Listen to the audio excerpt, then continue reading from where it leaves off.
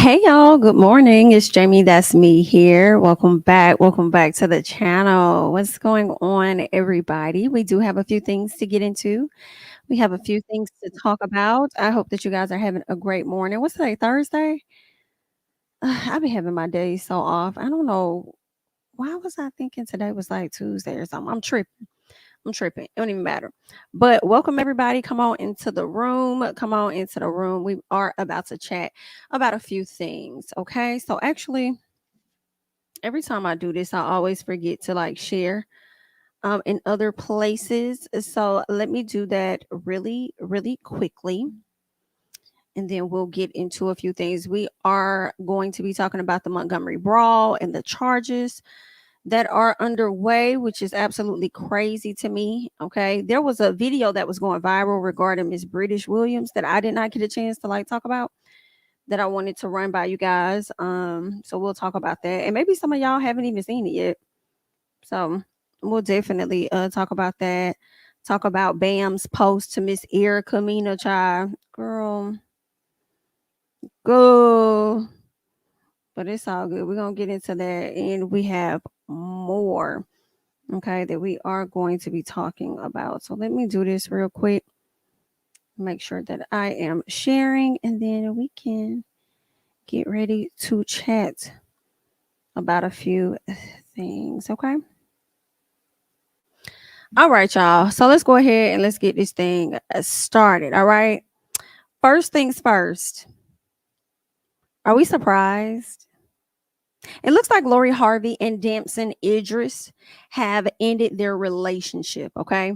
They did come out to make a special announcement like they always do. Okay. And they said Lori and Damson have announced they are going their separate ways after a little over a year of dating. Girl, it sounds like the same exact thing when it came down to Michael B. Jordan. Just a little over a year of dating. Now, I feel like she may have dealt with Future a little longer than a year, especially when Future out here spending money on birthday flights and all of this other stuff that he was doing, bringing her friends all on a trip to an island or whatever. So I think she spent more time with Future than she did with these two young men. Now, what they're saying is that this is like the quote, I guess they came from her team or one of their teams. They said, "We are at a point in our lives where our individual paths require our full attention and dedication. We part ways, remaining friends with nothing but love and respect for each other and the time we shared together." Listen, y'all, I don't really care or mind that Lori Harvey is out here dating all these men because it really is giving a contractual agreement is what it's giving. And I don't really mind her being out here doing that. Like, I mean, people date. When you're in that industry, the entertainment industry, the dating pool to me is pretty small. You know what I'm saying? I don't know. I just feel like, yeah, I feel like it's small. Like you bound to date multiple people in the same industry, but at the same time, some part of me is like, don't announce it. We get it now. We've been paying attention for a few years now. We know that this is pretty much a contractual agreement, and that's all that is. But I sleep be like, don't announce it, girl. Just start deleting him off your page and then just fade away. The fact that y'all be needing to come and do an announcement every single time you break up with somebody, I feel like be giving definitely a dead giveaway, even though it be rumors and we don't know if it's true.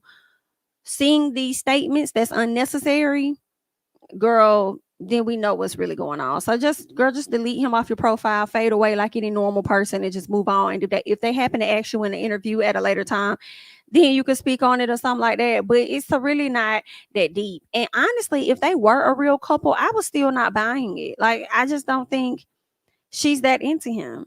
They just never like it, the chemistry never hit. Now I will say, to me, Michael B. Jordan and her chemistry to me hit.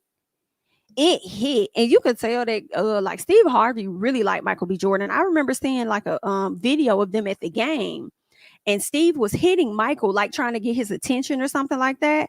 And Michael turned around like, what? Or whatever. And they hugged for a long time and all that stuff. So they have a really good relationship, clearly. And this is post breakup with Lori. And I'm like, that would have been cute. If they would have made some, like if that would have been serious, like that would have been a good relationship on the outside looking in, because we don't know the real dynamics, But I definitely felt like Michael B was a step up from Future, but that's when the rumors started to really fuel that, okay, this is a contract relationship. They are not officially together.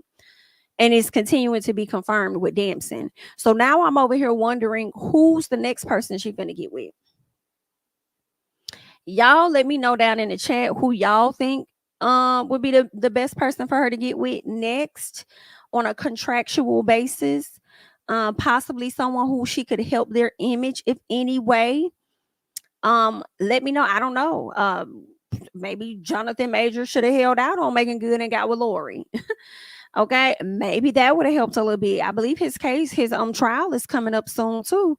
Speaking of Mr. Jonathan Majors, I know stories were being put out there about the young lady that he was involved with getting charged or being arrested or something like that. And a lot of people felt like his attorneys were working overtime. And I don't think his attorneys were working overtime. I think that if you are a person that doesn't want to believe that he caused no harm to her, then you're working overtime mentally to make him appear as though he is the aggressor. Okay. I feel like it's possible that they both did some things to each other. I don't think it's just one over the other, but I'm still also kind of reserving my opinion a bit just to see how this is going to play out for him. I do not think that woman is innocent at all, because there were talks, going back to what I was saying when it comes to Jonathan Majors, there were talks about her being arrested a long time ago. The DA just did not want to apply pressure or do that. I think they talked about that back in May. They didn't want to do nothing because they know if there's any evidence that they don't want to bend. Okay, this is a typical thing that they be doing, when it comes to these type of cases. They didn't want to bend. They didn't want their client to be looked at as a terrible person because it would damage their case.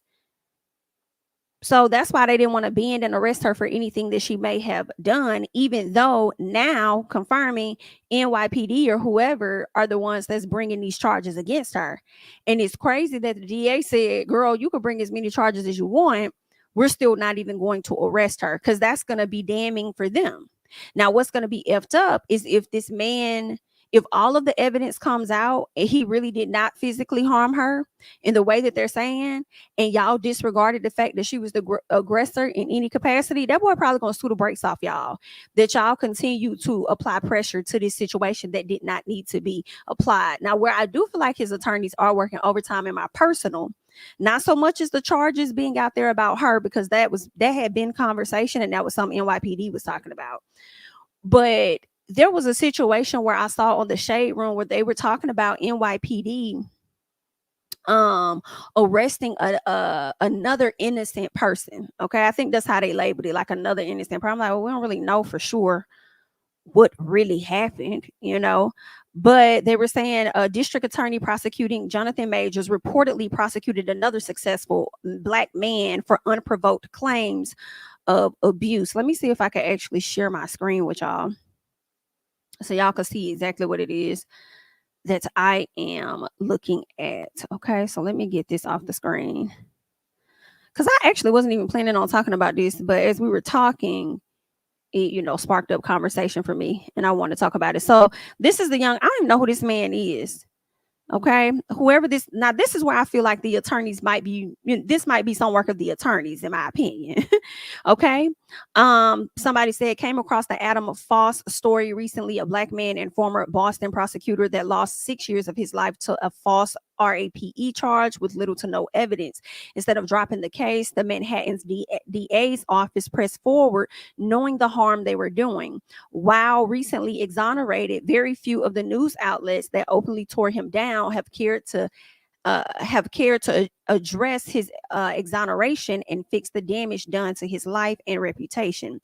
These words from his attorney are very important in highlighting a trend that seems to be prevalent in Manhattan DA's office. Now, I'm not going to read this full statement or anything, but it seems like the man was falsely accused. I'm not sure what happened to Adam Foss, or if he was, what they said, that he was exonerated from that. So I wonder if he sued theirs. You know what I'm saying? Like, Y'all got to do a better job and make sure y'all doing y'all due diligence properly when it comes to trying to convict people.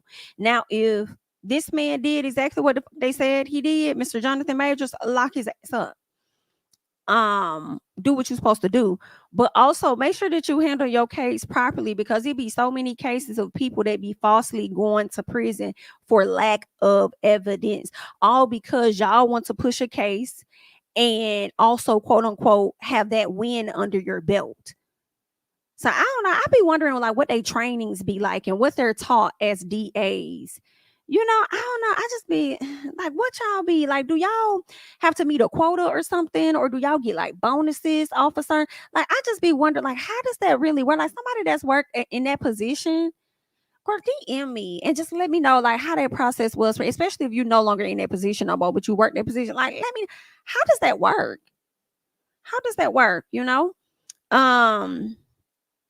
So yeah, we shall see how that's gonna play out for Mr. Jonathan Majors. But I do feel like this particular post here was definitely giving this is the work of the attorneys. Now his attorneys working overtime with this one right here, baby. Okay, now we over here talking about assault charges, and then y'all gonna sit up here and bring up the situation with a RAPE case, and then y'all say it's prevalent within the DA's office, and as if this is something they often do, but you haven't presented another. Like, we need more cases then, if that's how you feel. Like, what are the other cases that you're referring to? So we gonna learn, and Jonathan's gonna learn his fate real soon, because I really feel like he's going to trial this month. So I really think it's going to be going down. Now, I do also feel like if that woman definitely assaulted him, I don't think nobody should be able to just go free.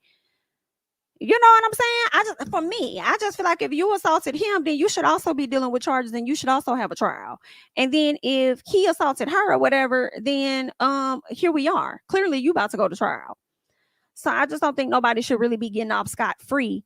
Just what I think. Hello, and obviously the state of Alabama really think the same thing. You feel what I'm saying? And we'll get into that a little later. As to, you know what? No, we're gonna get into that now. The state of Alabama thinks the same thing. Okay. Now y'all know we talked about the Montgomery Riverfront brawl. We talked about that for a minute over here on this channel back in August. Okay, everything went down on August 5th. All right.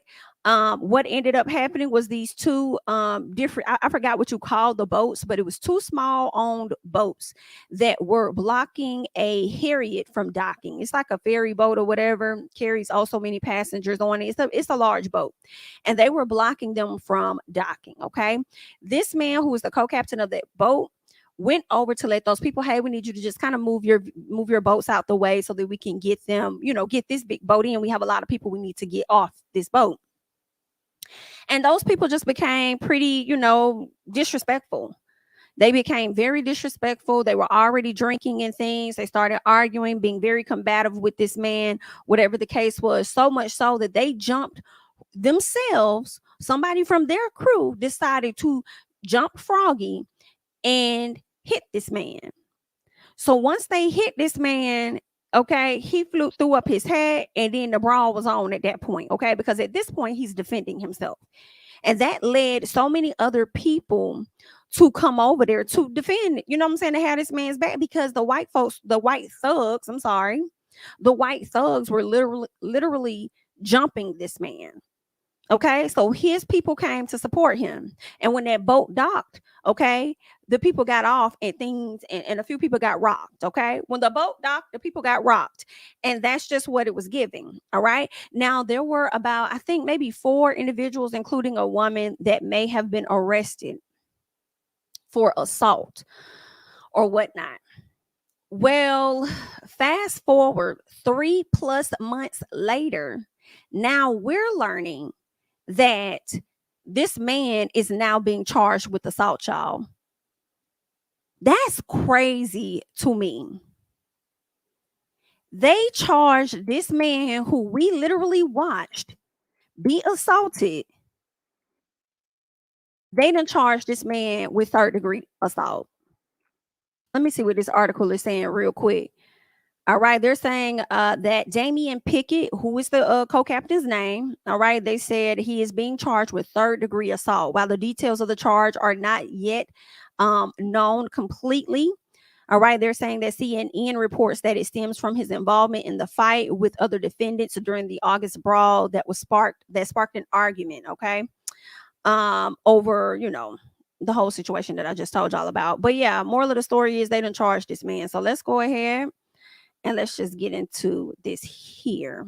3 months after the Montgomery riverfront brawl, charges have been filed against the riverboat's co-captain. Online court records show Damian Pickett is charged with third-degree assault. CNN is reporting that in a new complaint. One of the original defendants, Zachary Shipman, alleges he was not attempting to fight Pickett, all during an argument over a dockside parking spot. Shipman says he was only defending himself and suffered a bruised cheekbone after Pickett punched him in the face. That altercation quickly grew to an all-out brawl, all captured on video, igniting a social media firestorm. Shipman was previously charged with assaulting Pickett and is scheduled to go on trial later this month. He has pled not guilty. Pickett has not yet entered a plea. Did y'all hear that? Girl, I have to go back. I have to go back because I'm trying to find in this article the exact name of the person that said that he suffered a collarbone fracture or whatever. Zachary Shipman. Okay. Pickett. Give me 1 second. Let me pause this over here. Okay, cool. So they're saying that Pickett previously said other defendants, including Zachary Shipman, attacked him, with Shipman hitting and kicking him. Now, CNN says that Shipman alleges in a new complaint that he was not trying to fight Pickett, and you is a shipping ass lie, is what is given.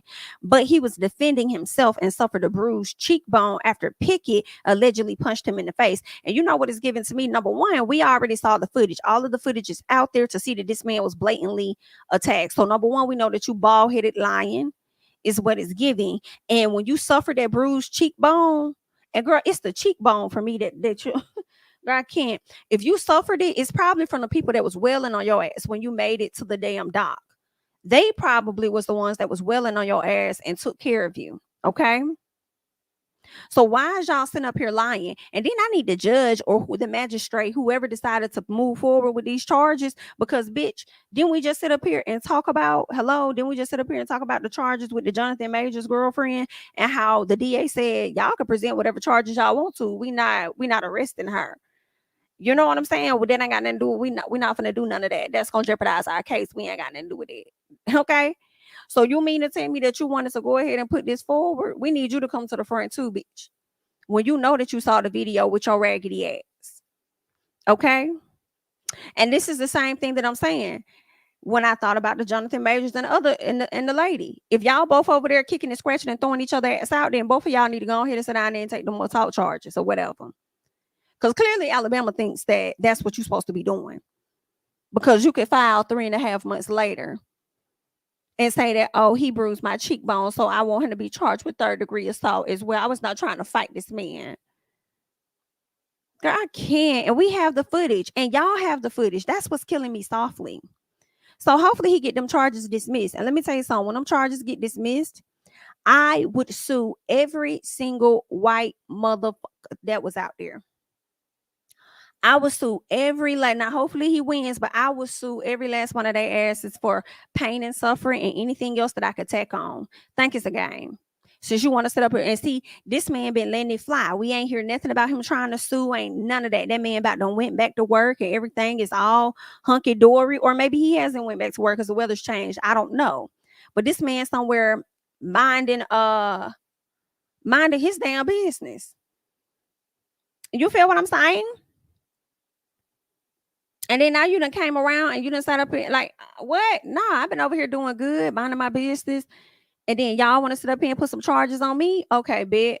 Let me handle this with grace because I'm going to turn around and sue every last one of you raggedy motherfuckers. And I'm going to play that one more time for y'all to catch. Well, more than 3 months after the Montgomery riverfront brawl, charges have been filed against the riverboat's co-captain. Online court records show Damian Pickett is charged with third-degree assault. CNN is reporting that in a new complaint. One of the original defendants, Zachary Shipman, alleges he was not attempting to fight Pickett, all during an argument over a dockside parking spot. Shipman says he was only defending himself and suffered a bruised cheekbone after Pickett punched him in the face. That altercation quickly grew to an all-out brawl, all captured on video, igniting a social media firestorm. Shipman was previously charged with assaulting Pickett and is scheduled to go on trial later this month. He has pled not guilty. Pickett has not yet entered a plea. And then, did y'all hear that? The gag for me is the fact that the man, the white one, Mr. Shipman, literally sat up there and said that he is pleading not guilty. Are you insane? And they better allow this footage into the courtroom, period. Because that's all the proof that you need. I can't believe this nigga sat up here, girl. That's like Carly Russell talking about she not guilty for faking her own damn kidnapping when you came out and told us that you faked the damn kidnapping. Are y'all okay? Girl, what the hell is going on over there? What is happening? But Mr. Pickett, the good thing is that they had been doing a lot of GoFundMe's and stuff earlier on when this situation happened. So hopefully the money from that, he's able to secure a really good attorney, and from that they can advise him, hopefully get these charges dropped, and then advise him to likely sue every single white person that was out there. I see somebody asking, is Montgomery still racist? Girl, is the world still racist? Like, come on now, let's think about it. Let's think about it. No location is exempt. It exists everywhere. Girl, you can go over seas and still experience that.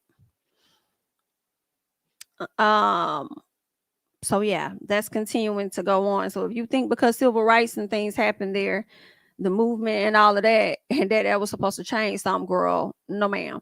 But anywho, girl, good luck to Mr. Pickett. And we hope that things work out for him. So if I find out any more details, we'll definitely talk about that. But real quick, did y'all see Miss Nicki Minaj in this Vogue for cover? So she did an interview. She also had a few looks, you know what I'm saying? Let me put her looks up here. But she talked about a few things in this interview. But there were only two parts that I just wanted to highlight from the interview. And she talked about her husband. Now she has a photo with her and her baby, Papa Bear, but she don't have no photo with her husband. And when I see that, y'all, I'm gonna be honest, and I'm gonna let y'all feel how y'all want to feel, and y'all can leave that in the comments.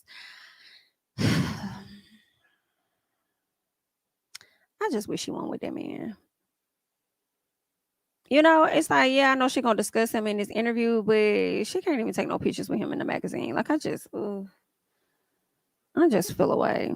I mean, the good thing for her is that her being married to him hasn't necessarily, at least I don't think, hasn't necessarily affected her image, her celebrity, none of that. You know, I think that she's done a or at least her team has done a decent job. There's always room for improvement, of course, with kind of trying to separate her a little bit from her husband, because it's like, okay, when she go over here, you can't go.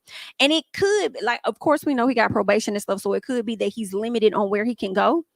But also, I just feel like they make a decision to say, we're gonna let you sit back. But I also feel like he okay with that as well. I think he might be okay with being like such a low-key person or whatever. But I don't know. I don't like it, but it ain't mine, so it's hers. Anywho, she goes on to say a snippet in this article. She says, because I've known my husband for so long, there's an ease we have with each other. We make each other laugh. We're silly, and we're always reminiscing about some old story. If it was a guy that I met as Nicki Minaj, I think I'd feel like they'd like me because I'm Nicki Minaj. What if I don't look like Nicki Minaj every day? And that combined with pregnancy would probably have made me crazy.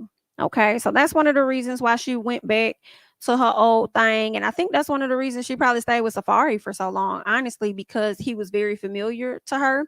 She's tried the other guys, like Meek Mill and not. I really wanted her and Nas to work out. I don't know what the hell happened there, but I really, really wanted her and Nas to work out. I mean, maybe that was a contract relationship. I'm not sure. But he just seemed he was giving grown man, because after that, I think Right by My Side video, I was like, ooh, bitch, I could see this. And then to me, Nas was like really an upgrade from Meek Mill, you know? So I was really hoping that she would connect with Nas. But I mean, I think Nicki gets in her head a lot. I really do. I think she gets in her head a lot. I think she has a lot of anxiety at times. And I think all of that contributed to why she chose who she chose, because he was familiar to her. And I guess maybe the relationships that she tried after Safari that was more so in the industry, maybe she felt like, hey, he's more familiar with me, I feel comfortable with him, whatever, like I know he'll like me for me, let me just go over here.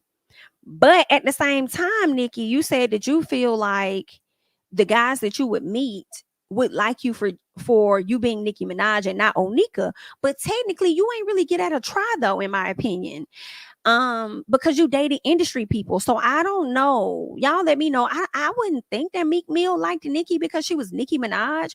Honestly, I think he liked Nicki because of her body and she was light skinned. That's what I think. You know what I'm saying? She's a beautiful woman, bad, all of that. I don't think he really even liked Nicki Minaj nor Onika. But that's that. But Nas been Nas before Nicki was Nicki. So I don't think that would apply to him. So it's kind of like you ain't really giving no other normal guy or no basketball player, football player, or just like a random successful CEO, nobody else a chance to see if they would really like you for Onika. I think that maybe she was just in a low vibrational moment and Ken just happened to come around at the right time and was giving her all the feels, making her feel good or whatever. And it just built up from there. But I honestly wish that Nicki would have explored more of her options in general because I feel like Nicki could date whoever the hell she wants to date. You know what I'm saying? So I was like, I didn't think she should have like settled for him. And don't be a person that just like jumps into a relationship right after the other. Cause I feel like that was another thing we were seeing with Nicki after being with Safari for 10 years. That's a long time. I think she needed time to breathe before she started dating Meek Mill. And then shortly after Meek Mill started dating, what's his name? Nas. Then next thing you know, poop, here go this other guy. So I wish she would have like, been a bit more, I guess, exclusive. You know what I'm saying? Like, nah, I'm good. If you want to smash on them, girl, get your smash on. You feel what I'm saying? I'm not telling you to withhold it. You know what I'm saying? You got to get you. But I wish she probably would have like, took her time a little bit before she made the decision and settled on, Mr. Kenneth. Okay. But either way, it is what it is. Can't change it now, girl. But she also goes on to talk about her body. All right. And this is something Nicki has always been very open about. And I remember watching her interview with Joe Budden and she talked about her body and confirming that she had got butt shots. Like a lot of people were already speculating, but she went out and she actually confirmed it during that interview. And I believe she mentioned that she like regretted it. I don't think she is happy with that decision. And I don't think she should have got it. When when I look at her figure, like, yeah, Nicki didn't have a butt when she was smaller. You know what I'm saying? But everybody gets their grown woman weight, and everyone, I just feel like she could have waited. Maybe she would have liked her body a bit better at a later time, but she wouldn't have had no hips like she got now, though, because them hips would have showed. I know mine did. So them hips would have showed. That butt would have showed. Nicki ain't had no butt. She ain't had no hips, but she did not look bad. So it's like she didn't really need that, but whatever. So she says in this article, she says, but when she talks about her body and stuff, she was saying she was flashback into like a photo that she saw of herself. She was going through her page or something. She saw a photo when she was like 25 years old, and she's like, damn, what I would pay to like look like that right now. Then she goes on to say, but today I can say that I'm at peace with who I am and how I look. She says, I have to say this as a Black woman, though. I've made certain choices for my son to not give him sweets, candies, all of that. She talks about that. She says, because of illnesses like diabetes that run in our community. She says, I'm not in favor of body positivity if it means unhealthy bodies. Okay. She says, that's a bull. It's not believable. So let's stop pretending. She says, recently I had to get a breast reduction and I actually love it. Me too. I actually like your breast reduction too. And I noticed that when she hit the Barbie, the pink carpet for the Barbie premiere, I know something was different. I was like, oh, look like she got her breasts done because they look much smaller. And I think it really fits her. And it helps because before that, people started speculating whether the lady was pregnant. And she probably was just a little bloated. Remember, she performed for like Essence at Fest or whatever. And people was like, oh, Nikki's pregnant because she wasn't really fully doing her show. It was like she was letting the audience do her show. She kept going over there, standing by the DJ and stuff. So people started to speculate what was really going on and assuming that the lady was pregnant and stuff. But I think she just could have been top heavy or something. I mean, she did have a pudge, but I think that she could have been bloated as well. So removing them breasts or reducing them breasts and then also going to work out and stuff, I think, well, I don't know if she's been working out, I would assume.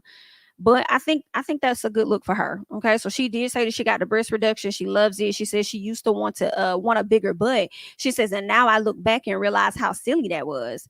She says, so love your curves and love your non-curves. There's nothing wrong with any of that. And I agree. And I also blame some of the rappers, not just some of the women that went out there and got they got their work done. I blame some of the rappers because that's a lot of what we used to see in the music videos. But when you look at the women that they actually date, some of them, not all, they women didn't even have no butt on them. And I can't even say rappers. I would just say people in the industry in general. They ladies be flat. Like they don't be having all of that. So when you really pay attention to the women that be having these hips and butt and they really got all this work done, who are they really attracting, girl? Like look at who they attracting. Who are they attracting? What are you getting? What are you gaining? You're getting all of this done for people to just, look at you when you walk past and, make cat noises and all of that shit. Like, girl, no, man, these people, you know what I'm saying? Well, I'm just talking. And you know what? All of this that I got going on over here, okay? All of this realness and naturalness over here, girl. When I met my man, not one time did he mention anything about it. Like other people that I've met that would references or say something about it. Like, yeah, girl, I should have known he was different then. Hello? Come on, God. But anyway, girl, I'm not gonna tell y'all what to do with y'all bodies. Y'all gonna do that anyway. Okay.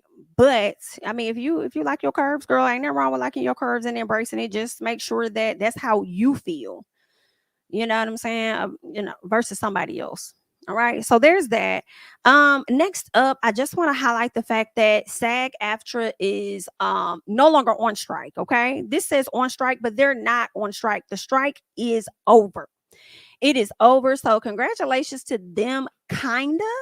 Because I don't know if they really got what they wanted. I feel like they got what they wanted out the deal, but the deal, from my understanding, is only for 3 years.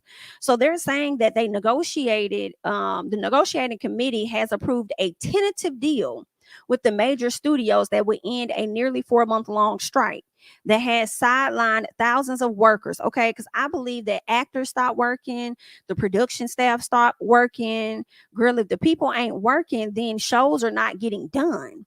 So at some point, I figured they were going to come to a, conclusion. They was going to come to an agreement before the year was out because they got to get back in production. Like pilot season is coming up and stuff. So I figured they would get to a deal. My question was just like, what kind of deal would they really get to? And is it going to be satisfactory for the actors and everybody, all of that production team, all of that. But my thing also is, girl, I just realized we're going to be having to pay for all of that.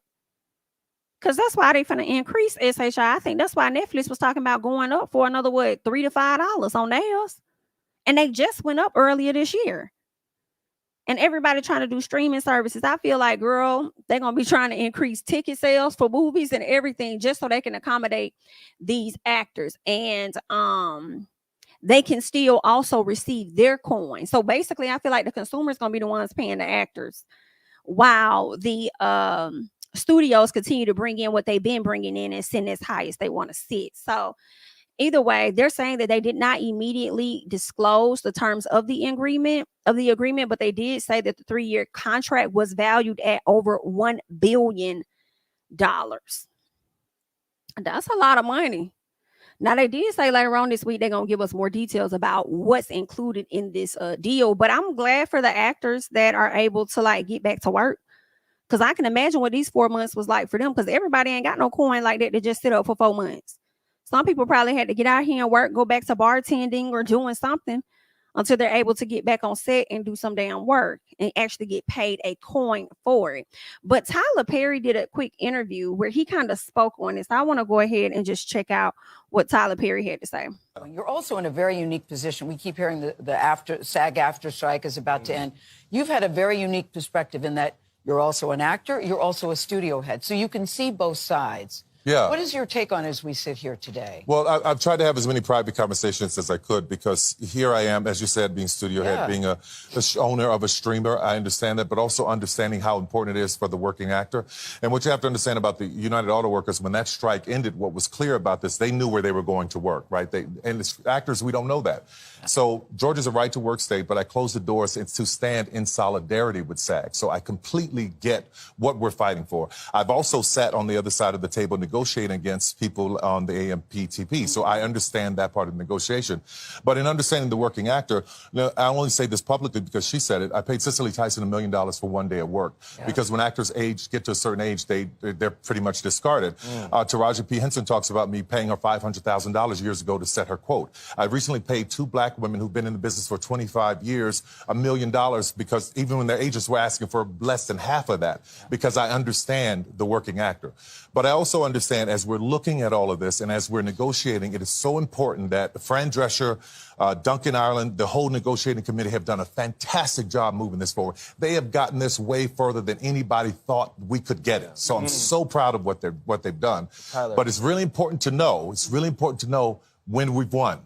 This is only a 3-year deal. And in 2 years, 2.5 years, we'll be renegotiating again. So we have to know when have we won, and when have we won for now? For now. Yeah. That's the thing. There's a long-term goal. For now. And if I had ran my business like trying to get everything at once, I wouldn't be here. I've got as much as I can for now. So let's see what we can do next.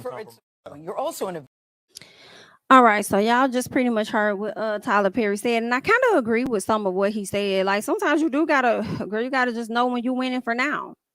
Know when you're winning for now, and then come back and renegotiate at a later time. But at the same time, I just kind of felt like, do you really know where they're coming from? Because I understand that you're an actor, but you're more so a studio head, in my opinion, than you are an actor. You do more producing of work and things and releasing work than you actually act. So do you really get what they saying? Because your pay gonna always hit different as you sit high. So I'm just it's like we don't know what's gonna happen in 3 years or how technology is going to change or anything. So it is kind of like, get all that you can, get as much as you can out of them now versus just let me just get a little piece and then go back. I do think that may work in some cases, but you just never know how the industry is about to flow in the next 3 years or whatnot. So I understood where he was coming from, but then at the same time I was like, I don't know, Tyler. I hear you, but I don't hear you. And then him speaking on his pay of what he's given to Cicely Tyson, Taraji P. Henson, and other women. I think that's amazing. I think that's awesome. $1 million for 1 day. I definitely think that Cicely deserves that. But at the same time, I was like, you're referencing women that are notable in the industry and should probably already be getting that. But what about the other actors that are up and coming? That you might know them a little bit, but the world may not know them. So how are they, like, how are you accommodating them and how are they being paid? Like the ladies of Sisters, what does their pay look like? Is what I'm kind of wondering, because I remember when the young lady that plays Andy, I think her name is KJ Smith, her and her now husband, they did like a red carpet event. A red carpet interview, and he ended up over speaking about the disrespect that she receives on set and stuff, which I thought was like, ooh, really interesting. Like she kind of smiled and stuff, but I'm like, girl, should he be saying that? Because I'm like, baby, you hired by Tyler too. Don't be jeopardizing both of y'all jobs, okay? But I don't know if that was coming from if he was speaking on the other cast members, or if he was talking about the disrespect from the top down, or what the hell that man was talking about actually. you know, but he did mention it. So when I hear how he's paying these other well-known, well-established women in the industry, how are you paying the other people that we're getting to know? Because that's important too. Like if you starting to get a name for yourself and people are knowing who you are on Sisters, and that's likely the reason you got to call back for another interview, for another casting call or whatever, or they even considered you because of the work they saw you do on Sisters. Is he bumping y'all pay? So should you book that other role? You could say, okay, well, this is what I accept because Tyler is willing to pay me $50,000 for a day or $100,000 for a day. I'm not accepting any less than 125 or whatever. You know what I'm saying? Like, are you giving them competitive pay so that they too can leverage themselves? Because people don't be knowing, like with actors, like you just really got to know the business. It's one thing to, and I feel like I'm still learning it myself, but it's one thing to want to be on TV all the time and all of that, and that's great or whatever, but you got to know the behind the scenes because you could be a main character. Hello, you could be a main character and somebody that's supporting is making more money than you because your agent probably did not know how to negotiate, and you're probably having to travel for 4 weeks to a location you don't live in, and you also got to be put up in an Airbnb and all of that. You got to pay your 10% or however your percentage is to your manager. Then if you got a manager, then you got to pay it to your agent. So that's coming out your check on top of taxes. However, you're going to figure that out. And then you also got to accommodate for renting wherever the hell you're going to rent at while you're there. And then if you got to use Uber or whatever for transportation, you got to calculate that into it too. It's a lot that go into it. Like, girl, and then the time that you may spend away from your family, like, girl, these be the things that people need to know about, that I feel like you just shouldn't rely on your agent to know this information, because I feel like at the end of the day, the agent's job is to make money for their company.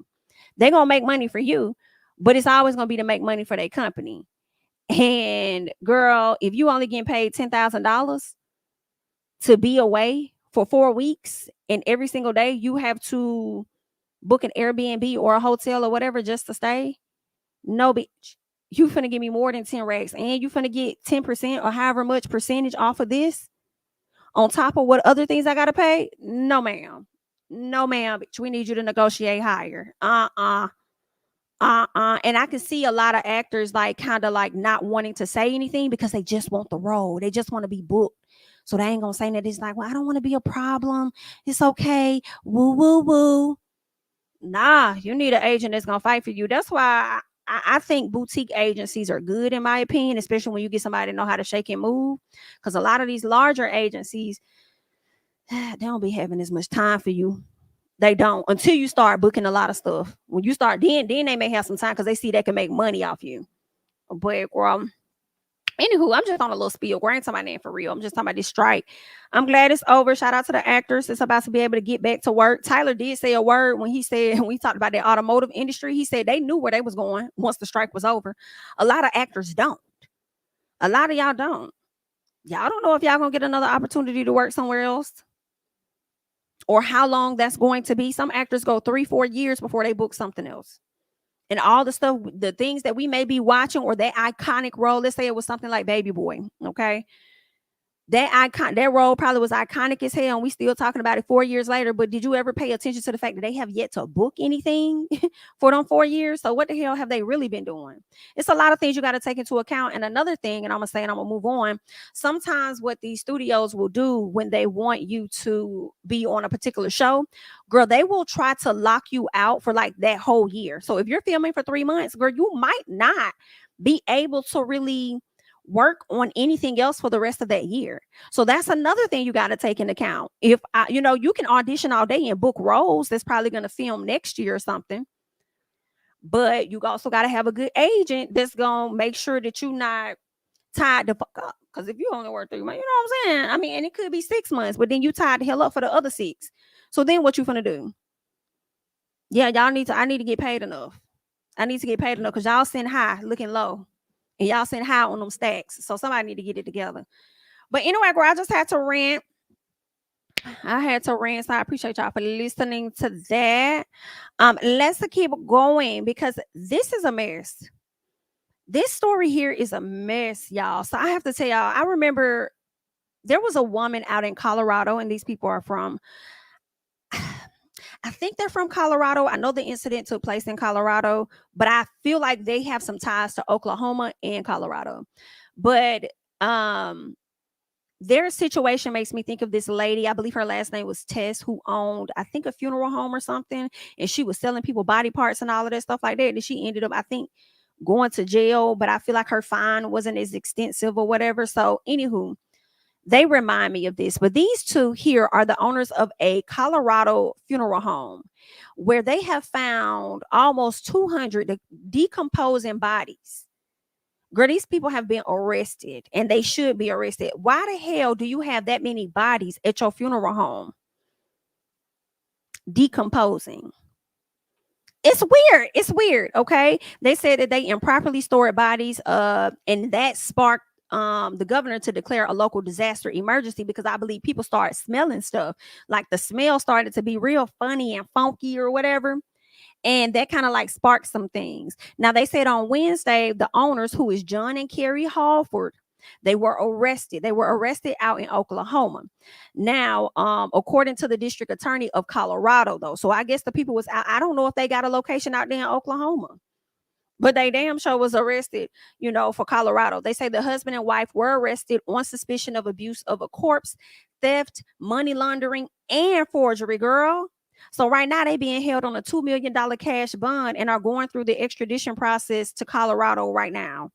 Now, the officials call the details within the sealed affidavit absolutely shocking. And I bet you it was, for sure. A gruesome discovery inside this Colorado funeral home. Without providing too much detail to avoid further victimizing these families, the area of the funeral home where the bodies were improperly stored was horrific. More than 115 bodies found improperly stored inside the 2,500 square foot site, according to the Fremont County Sheriff.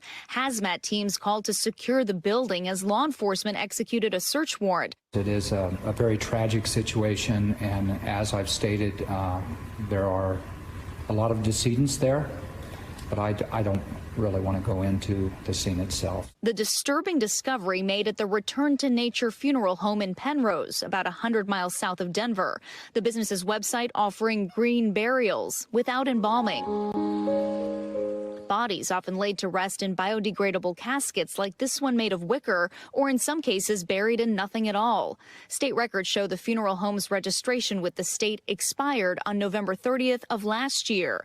The State Department of Regulatory Agencies documenting complaints about an abhorrent smell emanating from the property on October 3rd, according to this report. When investigators reached the owner, John Halford, by phone, he acknowledged that he has a problem at the property and claimed that he practices taxidermy there. The Halfords did not return our requests for comment. We want to process this scene as quickly as possible. The county sheriff declaring a local emergency disaster, calling in state and federal agencies, including the FBI, to provide specialized support. These are teams with additional training and specialized equipment that serve to process scenes of national magnitude. To include the response to 9/11 and major airline incidents. The county coroner tasked with identifying the remains and notifying families. Forensic identification through fingerprints, medical or dental records, or possibly DNA will need to be completed. This could take several months. Return to Nature also operated a second location in nearby Colorado Springs. Mary Simon says she entrusted her husband Daryl's remains to that facility for cremation in August and was still waiting to receive his ashes. I'm devastated. I feel like I've lost my husband all over again. Now she's nervous about where he could be. I'm terrified that my husband's in that mess there. I'm terrified that he's didn't get cremated. And Valerie joins us now in studio. So Valerie, listening to that woman, you can understand her anguish, her worry. What sort of charges, if any, could the owners be facing? So right now the sheriff's department says that's unclear, and that will all be part of this longer investigation, but that could take several months. The state regulatory agency that wrote up that report, they do allege that the owner attempted to conceal the improper storage of human remains. So that will probably play into that investigation. The FBI is also launching a federal investigation to see if any federal laws were violated. And Ellison, we should note that in the state of Colorado, though it is not required to have a license to be an individual funeral home operator. Only the businesses require to be licensed with the state. That's crazy. So I could just start doing my own damn thing, basically, I could just start my own little funeral home or something, basically. And I ain't even got to have no damn license. When you're handling the care of somebody's loved ones, you need to have a license, period. What do you mean? Only if you're a business owner, you got to have a license. But if you're an individual person handling this, you don't have to. Who created that? Like, that just makes no sense to me. That makes no, am I tripping? Like, that just make no damn sense. And because, and y'all need to rethink that law. Okay. Because these people clearly tell me something about, what was it, biodegradable and green funeral or whatever. You putting people in fucking baskets and stuff like that. Girl, we don't do that here. Girl, we don't do that here. We don't do, y'all need to rethink that now that you see that they got all these bodies sitting up in there decomposing the way that they have. Girl, how long have them people been there?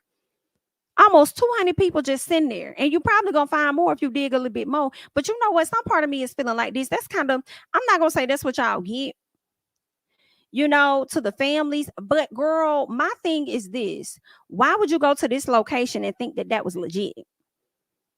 Do this look like a funeral home? Like, girl, what? Girl, they don't even take care of the yard, let alone trying to take care of your family member. Look at this grass just growing out the weeds. Like, what the fuck? Girl, have they even been there? Is the air conditioner on? Was it working? As these people are over there sweating and their flesh is melting off their body. Like, girl, I can't take it. I can't. Y'all got to get that together. You know, another thing I can't take, because I'm going to go on a little tangent.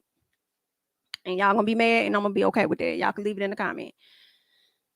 I want y'all folks to stop putting your dead family members that are in caskets on social media. I do. I just want y'all to stop. Now I understand if it's a funeral service or whatever like that that's going on, you know, they want to live stream the thing or whatever like that, whatever. But y'all folks, they be going up to the casket to film people in their casket. I saw one yesterday. I didn't see a person's face. It was like the top of their head laying in the casket, and they filming this woman holding her baby standing next to the casket to get his reaction to whatever loved one is laying in the casket. Bitch. First of all, when you take those videos, that is for you and your family. I'm not saying you shouldn't do it. I'm saying don't put it on social media. And then putting it on world view for everybody. Everybody doesn't want to see that. I know I don't. That's your loved one. But be the same people complaining about the bombing and things that's happening over there in Gaza, and seeing all the dead folks laying down on the ground, the babies and everybody laying out dead after being bombed. Okay, lifeless bodies all on the ground, and like, oh my God, you guys, oh my God, I'm tired of seeing the dead babies on the ground and this and that. And then get your ass on social media and then post your family member this and that. Like, girl, how you know that's what they wanted you to do? How I say, see, that's why people be having closed caskets on your house with no wake. Okay? Because it's like, damn, y'all shove the phone in people's faces when they alive, and then when they gone, you still gonna shove it in their damn face, so they just ain't gonna have no peace, really. How you know they want you to film all of that and then put it on social media for everybody? How you know they want everybody to see them in that position? Get that shit together. Y'all gonna start having people say, no phones at the funeral. No phones at the funeral, please. Okay? Gonna have a security standing up there near the caskets to make sure people don't pull out their phone. Gonna be letting 1 or 2 people up at a time just so they can control and monitor who pulling out their phone versus who's not. Girl, get it together.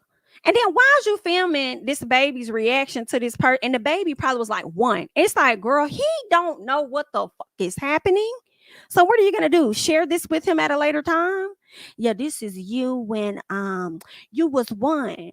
Yeah, that was your cousin Bernie in the casket. Like, this baby probably not gonna remember who the fuck. Like, I mean, I don't know if it was the baby's dad or who the fuck the man was in the casket. But it's just like, Suanne, calm down. And here's the other thing. I feel like that's traumatic too, because you don't know what that's gonna do to a child. All kids don't want to walk up on no casket and look at no dead body. You know what I'm saying? Like, they just don't. I know when I went to my very first one at 10 with my grandma, I didn't know this motherfucking lady. Her kids was in there showing their ass. And I was like, oh, wow. You know what I'm saying? Like, that's their mama in the casket. Like, I expect you to show your ass. You know what I'm saying? At 10, I'm talking about going crazy. They was crying. They was falling out. They could barely get the eulogy out. The pastor could, like, girl, they was all, and I'm like, Grandma, why did you bring me here? Now, you know, I go yard selling with you in the morning at 5, 6 a.m. Girl, you could have dropped me off at 10 to my mama. Okay. You could have dropped me off at her shop. You did not have to bring me down here and hold on to me to know 1 o'clock. So if you didn't want to go to the funeral by yourself, you should have just said that. Hello? But you could have dropped me off. Okay? Because I ain't never been to no shit like this. Okay? So I done went. I'm standing in the back, and you know the people getting up and they going around looking. One, I don't know that lady. I'm saying I'm gonna sit. Girl, it's giving Nicki Minaj. I'm sitting right here. I'm sitting right here. Okay, I will not be going up to walk around and look at nobody. That's 1. 2, ma'am, she's unalive. She's not here with us. I'm a little spooked. I don't know how this goes. So I'm sitting right here. Okay. And that was the spark of I can't do it for me. Mm-mm. I don't really like funerals like that. You know what I'm saying? I mean, girl, I prefer the ones where y'all was cremated and we just see the box sitting up there with a photo, girl. And it's no tea, no disrespect. I'm just, you know what I'm saying? Everybody different, but anyway, girl, I have been to my share and I have looked over the bodies. I have. But when my other grandma passed, I will say that was my first time actually touching. I actually touched her. And she was so hard. But that was like my first time. I wasn't afraid of her. I wasn't afraid of my granddad either. But it's just like I just would prefer not. Like, girl, what? And I'm damn sure not gonna put I'm not gonna film them in that space and then put it on social media for you hoes. Like, girl, what? Girl, get y'all shit together. Girl, I just had to vent real quick, and they done pissed me off how they wanted to mishandle these bodies with these bodies decomposing, and then people coming on social media posting their family members, like, girl, and they loved ones. Like, no, did you get permission? Like, what is going on? Anyway, girl, let's go ahead and move on to something much more different. Let's talk about British Williams of Basketball Wives. Now, y'all know Miss Girl was sentenced to 4 years. She pled guilty to 15 counts, okay, of felony and fraud and whatever else she had going on, using people's social security numbers and all this and all that. Okay, she done got herself tied the hell up, so much so that she will not be with her daughter for 4 long years. Now, people saying that it's fed time, and I think they say when you do fed time, you gotta do what they say. This is fed time, Jamie. When you do fed time, you gotta do all 4 years or something like that. But I don't know. I was wondering about that because I could have sworn that Apollo got out early. Phaedra's ex-husband, did he not get out? I thought that was fed time and he may have gotten out early. So I don't know. Maybe she has to do majority of the sentence and not all or something. But I just don't see her doing the full 4 years. So maybe she'll do like 3 or 2.5 or something. But if y'all saying she got to do all, then I guess she going to do all. Either way, she ain't going to be with her child. Okay. Now, her previous attorney decided that this was going to be ethically professional for him to bring his arse down to a social platform such as TikTok, out of all of them, honey, to release a statement to speak about this woman not receiving the proper advice from him. Listen to what he had to say in his low-level comments about Miss British Williams. British Williams was sentenced to 4 years in prison yesterday in federal court in St. Louis. British Williams is a low-level reality TV star. She was on Basketball Wives and Couples Rehab or Therapy or something like that. A couple of low-level shows like that. I initially represented her on the case. Unfortunately, she was just one of those clients that she wouldn't listen to me. She wouldn't understand strategy that I was talking to her about for her case, just things that are best practices when on pretrial release in federal court and when any case is pending. And eventually, we chose to not continue the representation. I went my way and she went her way, and she hired another attorney out of Chicago. The 4-year sentence for her yesterday is getting absolutely hammered for a first offense white collar case, especially in front of that judge. Great sentencing judge, great judge overall.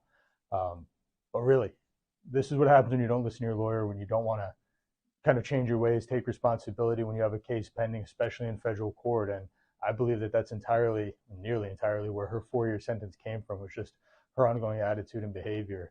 And it's just a good lesson for people. Look, once you're in the system, it's a good idea to listen to your lawyer. That's what we're here for. All right, so y'all just sat up here and heard, girl, I have to scream. It's not funny, but it is a little bit because he kept referencing her as low level. And I just feel like, sir, because I thought I was tripping because he said it like 4 times. I'm like, am I tripping low level? Now, granted, I understand if it is low level because I guess Real Housewives is giving high level. Okay. Hey, Real Housewives of Beverly Hills. Okay. It's giving high level. But I just feel like you don't come and say that about your clients, sir, and think that other celeb clients or low level people that think they high level finna come and work with you. After this video, it's so funny that you call her low level, but you did a low level video. So people may look at you like that. And they may not want to work with you, sir. But this video was given every bit of, I told y'all, you thought I was playing, but I told y'all, like, that's what it was given. Like, I told you what was going to happen, British. That's what you get. That's exactly the energy that he came with. And it is thoroughly embarrassing. Like, if it did not work out between y'all, that's fine. I don't know, like, a ton of people that's going to come out and speak negatively. Like, the first person that pops to my head is Tory Lanez, y'all. So remember I think he got a new attorney or something like that. So when people started coming for that man, he didn't even speak ill of Tory or his situation. He just came out and said something like he's not working with Tory anymore. He has another attorney. What Tory may need to do is this, that, and the other. And that was it. He actually just put up some words on an IG post, and that was all. Right. So I'm like, sir, you probably could have did that. You didn't have to come down to social media and drag this woman for her decision and pretty much saying that's what you get. You got no 4 years. Had you stuck with me, I would have got you completely off. You wouldn't even had to do a lick of time. You probably would have got 4 years probation, but you wouldn't have got no 4 years behind prison. But see, that's what happened when you carry on the way that you do, when you act the way that you act. And I'm like, well, how was she acting, sir? What was she doing? We know British can go to from 0 to 100, but what exactly? If you're gonna tell it, might as well tell it all since you sitting up here telling it. What did she really do? I honestly feel like those years was good to get 4 years. To me, I mean, I guess he could have got her better, but I thought, okay, that's good. Because, bitch, you was facing damn near 50, 60 years with them 15 felonies that you pled guilty for, and they was being nice with them 4. Because they could have gave you 14. So I felt like she actually got off. But I guess he felt like he could have did one better for her. But I guess you shouldn't have just brought this down to social media. That wasn't none of our business, Hakeem.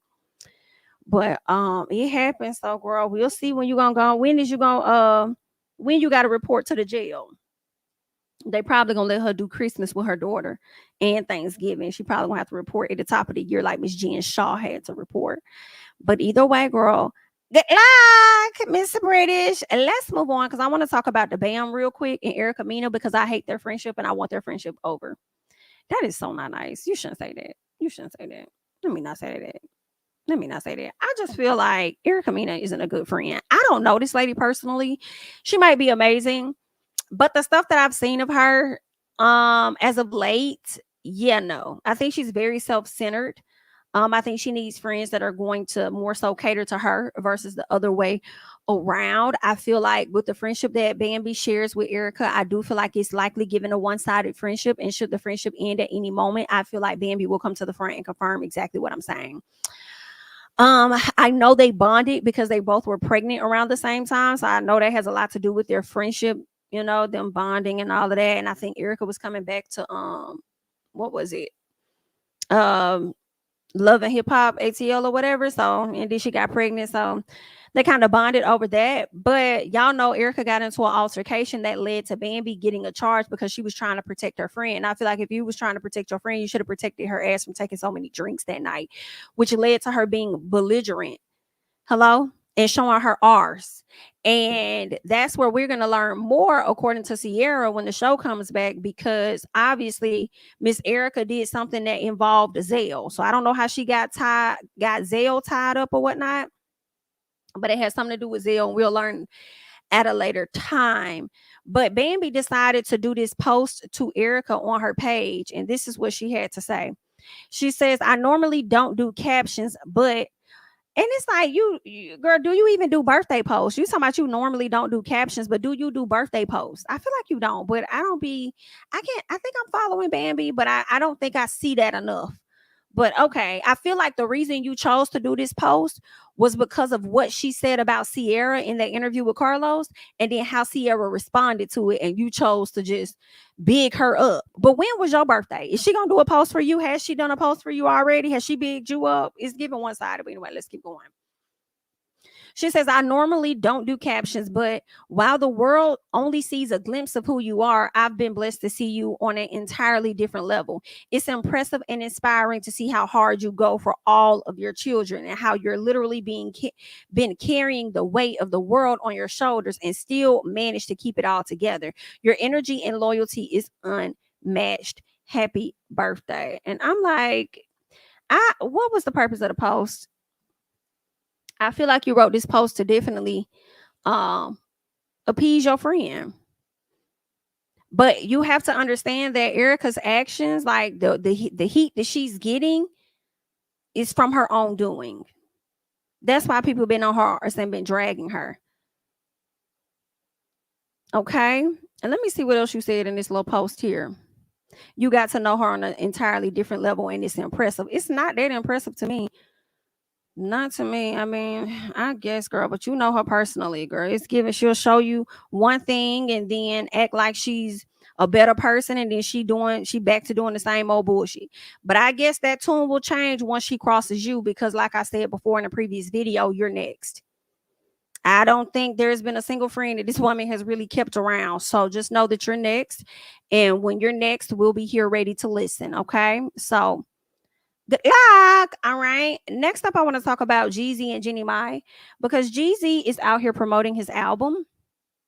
And he has a YouTube channel. He does an interview with Nia Long, and a lot of people had things to say about it, because they was just questioning, like, dang, why he chose Nia, or how he chose Nia. Like, what? Nia and him, this is the strange pairing of them having this sit down and having conversations about Jeezy's troubled and trauma-filled past, and Nia Long sneaking in a few times, just a little piece of her own experiences, because the conversation was more so supposed to be centered around Jeezy.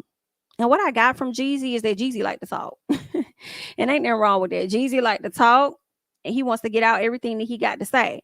And I'm like, I bet you that was some of the conflict him and Jenny Mai was facing, because Jenny also likes to talk.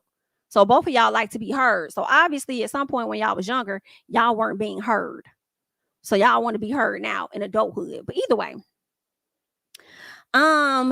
he talks about, and because I watched the whole interview, right? But I'll be honest, y'all, I was kind of left conflicted. I felt like I was a bit bamboozled, child, because of course, my homegirl hit me up like, "Are you covering this interview?" And I was like, "Probably not." I said, "I watched it though." And she's like, "Oh, I wanted to get your thoughts." I was like, "I don't really know what to think of it." What you want me to say about, like, I don't know what to think of it. Like, I know he talked about his past and his relationship with his mom and the trauma and things that he's experienced, and how he's given so much to friends that turned around and stabbed him in his back and stuff like that. And I'm like, this sounds like the typical story of a lot of other people. I understand you using this as a ploy to promote your album and stuff like that, and you're trying to maintain a positive image or whatever after you filed for a divorce from this lady. But some part of me still felt like you was full of shit. So that's why I was a bit conflicted. Like, what am I really supposed to gain? Like, from, I mean, I guess I'm gaining learning about your past, because I really didn't know a lot of the stuff that you went through. I mean, and it also sounds like you've been on a long journey of trying to heal yourself from your past trauma. And I think with you being on this long journey, it's possible that you could have evolved past Jenny Mai, because you're continuing to do the work on yourself. So I was a bit conflicted. Like, I hear you, Jeezy, but at the same time, some part of me feel like you full of shit. You know, he kind of talks about how therapy couldn't fix him and Jenny Mai. It couldn't fix like their relationship or anything. And I feel like it's still open-ended. He didn't give us a whole lot, which is kind of what he wanted. He didn't really want, he don't want us to know the real details, and it's their relationship. We don't, that ain't our business technically. But something was just like off with Jeezy. him talking about how he didn't have a good relationship with his mama, for me, kind of explains a lot about how he handled his baby mamas. And what's crazy is that when you was going through this quote unquote healing, you also was giving hell to your other baby mama, the one that got your daughter, the one you didn't want to pay. I think the spouse, the child support or something. You was over there delaying or something like that. You was over there giving her hell, but you over here talking about the journeys that you've gone through to heal and stuff like that. So I don't know, Jeezy. I see you trying to clean it up, but the verdict is still out on you. What else? I'm starting to think that the two of them divorcing may actually be a good thing, in my opinion, because listening to Jeezy talk about his trauma, for me, makes me feel like that man got a lot of work to do. He got a lot going on. He got a lot of issues. He got a lot of trauma, and he's continuing to work through it. And it may not be that he's evolved past past Jeannie or anything. It's just that he got a lot that comes with him. And it may be best that they are not together on this journey, because he got to fix. And Jeannie makes me think that she is a woman that will ride for him through anything, especially now that she got this child. Like, I think that she will take the lashings. She will take the suffering. Hell, she did it with Freddie, the last husband, for so long, until they came to that decision of they can't have, she didn't want no kids at the time. So then they just broke up, And I think she would have went that same test of time, being a glutton of punishment for Jeezy all of this time. So I think it actually was best that he really let her go, because he got a lot of shit that he needs to deal with. So I feel like a lot of people try to paint him out like he's the good one because he the one that filed for a divorce, and she's the bad one because, hey, she's already went through a divorce with the last husband, so she must be the problem. This and that. And it's like, girl, they equally could be the problem together, possibly. But I don't think that Jeezy is innocent by any damn means. He just decided to file because he knew her ass wasn't gonna file. If you ask me, she would have continued to stay in it, sit in it. She got this child now. She ain't trying to navigate life without this man. So, especially being a single mama or whatever. So I don't know. The verdict is still out. And I also felt like he probably I feel like he kind of used her a bit. I think he used her as a facade to himself that he was actually healed and past whatever he had going on, because he was talking about how when his mom died or something like that, and they had a really bad relationship. He didn't really forgive his mom until after her death or something. And he was saying how he went to her grave site, sat up there, talked to her, wrote her a letter, and did all this and that and everything. Told her about Jeannie, and told her about, I guess, the daughter at a later time or whatever. So he's been working through that process of healing or whatever. And it's just that, I don't know, it's his mom died in February of 2021. He married Jeannie in March of 2021. It seems like he really married her to fill that space or that hole or that gap or something that was already in his heart or whatever. So I feel like he married her because of the absence of his mom. That's what I think. So, and he probably was over here thinking that that's something he was supposed to do. Like, okay, this is going to make me feel complete.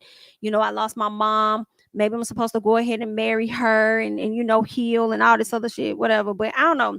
The verdict's still out on Jeezy. Jeezy ain't get me with that interview like he got some of y'all. But that's just me. You know what I'm saying? But I'm going to go ahead and just play this clip real quick of what he had to say to Nia Long when it came down to their marriage. Haven't talked about is your current marriage and your current situation. And I think it would be unfair to you to not address that in this space where we're being really open and honest. And it doesn't have to be the details of anything. Right. But if you've done all of this work and you've given yourself that grace and you've given yourself that space to grow, and you've given yourself permission to love self, right? Then what happens when a man gets to the point where they're just like, okay, I'm filing for divorce? Integrity intact. I could never say anything that would not honor somebody. Absolutely. But I can tell you that this has not been a easy journey. Right. I can tell you that I'm saddened. I can tell you that I'm disappointed. I can tell you that I'm uneasy, right?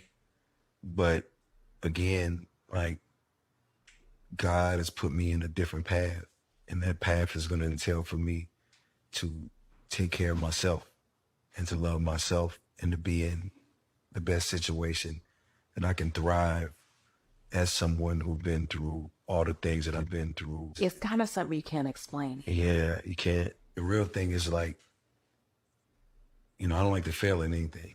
Me either. And I don't want to lose. I don't want to fail. I don't want to fail, especially when I know what you've poured in.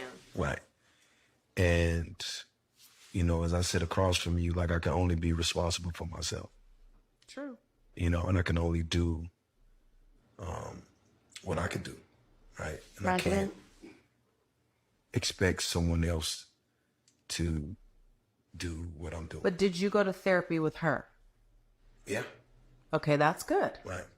So you actually addressed it, right. Tried to work through it, tried to do the work, and it just was like not happening. Well, then you tried. Yeah. I don't know about for you, but for me, it is a switch. Right.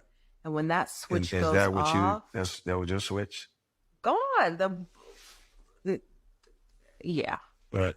But I had to realize for myself that anything that happened in the last, year and a half of my life, that shouldn't have nothing to do with me. And that's my That point didn't of have case. anything to do with me. I was not embarrassed. Right. The way that Black people stood up for me and the way that Black women were like, oh no, you don't do that to her. I was shocked because I didn't realize that what I had done or what I've done in my career had so much impact. All right, so y'all just heard what Jeezy said, and what I captured from what he said, honestly, y'all, I really think it was Jeezy. I do. I really think it was him. Okay, he's talking about how there's things he still need to work through. He can't have somebody else be responsible for what he got or whatever he mentioned. Like, just hearing him talk leads me to believe he just got more work to do, and it's likely not fair to her. So it's probably that they really ain't have nothing too bad, going on. But he's just coming to the realization. I believe somebody mentioned in the chat that he made a mistake, and that could be it too. But I think he's realizing that he got more work to do, and it's not fair to her to continue to, have her here when he's not where he needs to be. So I don't know. I think it's him, y'all. He got a lot of he got to work through. And here's the thing. He just started working through it. A few years ago? Just started working through it. So, yeah, I think that's him trying to set her free, because I don't think she was going to file for a divorce from him. I think So, at least you get your free, Miss Jeannie Mai. And I could hear her. I just feel like I could hear her begging, like, no, we can work through this. Like, it's okay. What do you need help with? And da-da-da-da-da. And he probably like, it's nothing that you can do. This is shit I got to do on my own, which is probably why she was surprised by the damn divorce a bit, because he probably was like, I know if I tell her this, she's going to be trying to stay and this and that and da-da-da-da-da. So I don't know, y'all. That's just my opinion, and don't mean my opinion is fact. It's just mine, just like y'all's. So, feel free to leave it down in the comments or whatnot. But yeah, either way, the divorce is happening, girl. Jeannie been over here posting their daughter. And I believe Jeannie says that was like the best thing she could have done in life, which was have her daughter. So congratulations to Jeannie. She got her baby, and he's about to get his free, so they could go on. Hopefully they're able to co-parent as good as they could, and we'll just see how that's gonna play out for the couple. But that's all I got, y'all. I'm Jami, that's me. I have another video coming up at 1:00, so hopefully that drops without issue. So make sure you guys check that video out. That's to follow. Okay, that's all that I got. I'm Jami, that's me. Follow me on Instagram and Twitter at Jami, that's me. Thank you so much, The Real Estate Insider, for the super sticker. I appreciate it. And yeah, I'll catch you guys in the next one. Bye-bye.